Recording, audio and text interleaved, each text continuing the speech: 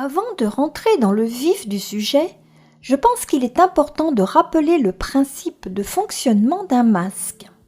Dans Photoshop, un masque peut être attaché à n'importe quel calque, qu'il soit standard ou autre, comme un calque de réglage. Une règle est à retenir. Le blanc pur sur un masque révèle totalement les pixels ou les ajustements réalisés sur le calque et le noir les dissimule.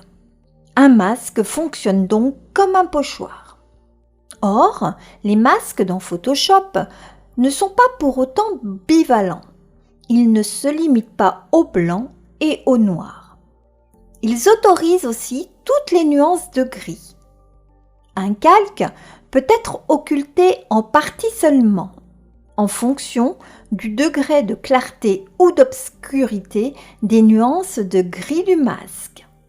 Les gris clairs laissant passer bien plus la lumière que les gris foncés.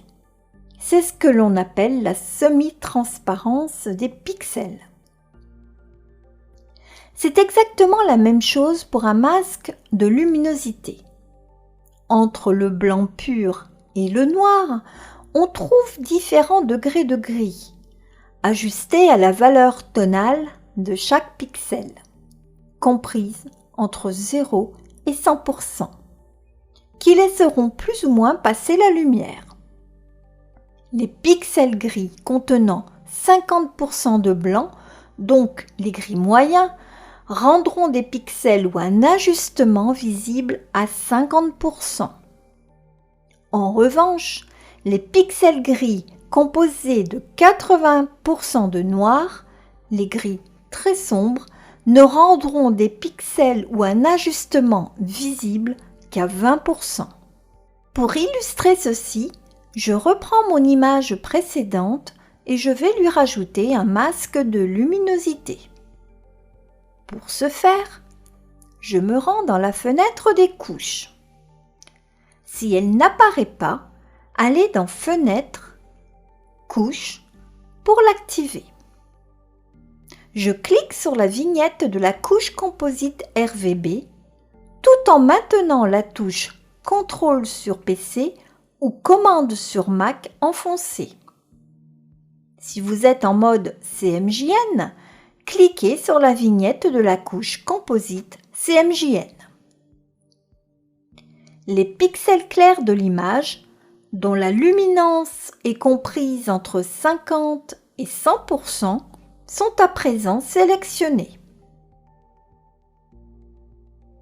J'enregistre cette sélection sur une couche alpha, simplement en cliquant ici dans le bas de la fenêtre. Je viens de créer mon premier masque de luminosité. Je le désélectionne.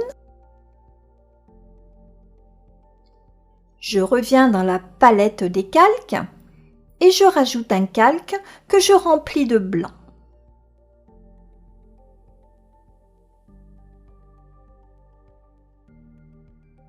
Je retourne dans la palette des couches.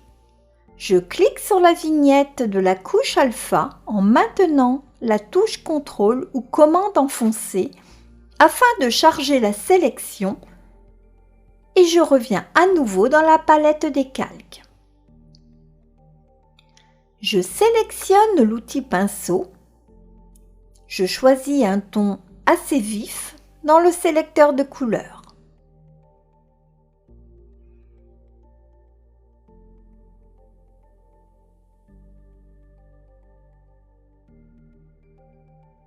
Enfin, je peins dans le calque blanc en conservant bien la sélection active.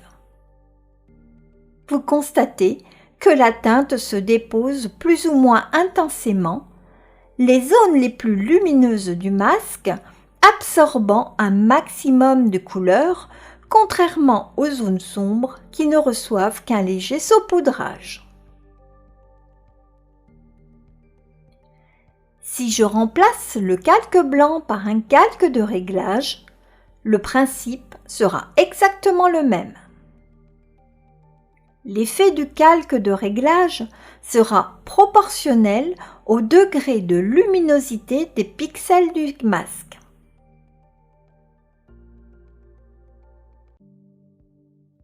Pour vous le démontrer, je rajoute un calque de réglage courbe. Le masque affecté au calque de réglage, qui correspond à notre sélection, est une représentation de la luminance des pixels de l'image. Je pousse la courbe vers le haut dans le but d'éclaircir. Seuls les pixels clairs sont affectés par le réglage. Les pixels les plus foncés ne sont pas touchés, ce qui renforce le contraste global. Voilà, je pense que cette petite démo aura été utile pour que vous compreniez bien le concept des masques de luminosité. Mais retenez bien cette règle, le blanc révèle et le noir cache.